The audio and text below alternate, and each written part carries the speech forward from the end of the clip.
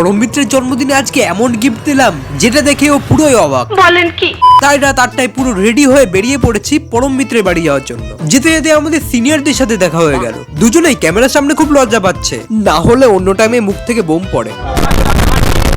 দেন birthday বয়ের বাড়ি পৌঁছে আগে সিক্রেট গিফটটা লুকিয়ে রাখলাম। আর এখানে দেখি আমার ছোট্ট ছোট্ট ফ্যানরাও রয়েছে। তারপর শঙ্খ বাজিয়ে শুরু হলো ওর আশীর্বাদের পালা। সবাই আশীর্বাদ করছিল যাতে ওর একটা ভালো চাকরি বাকরি হয়, কিন্তু আমরা বন্ধুরা আশীর্বাদ করলাম যাতে ওর বিয়েটা তাড়াতাড়ি খেতে পারি।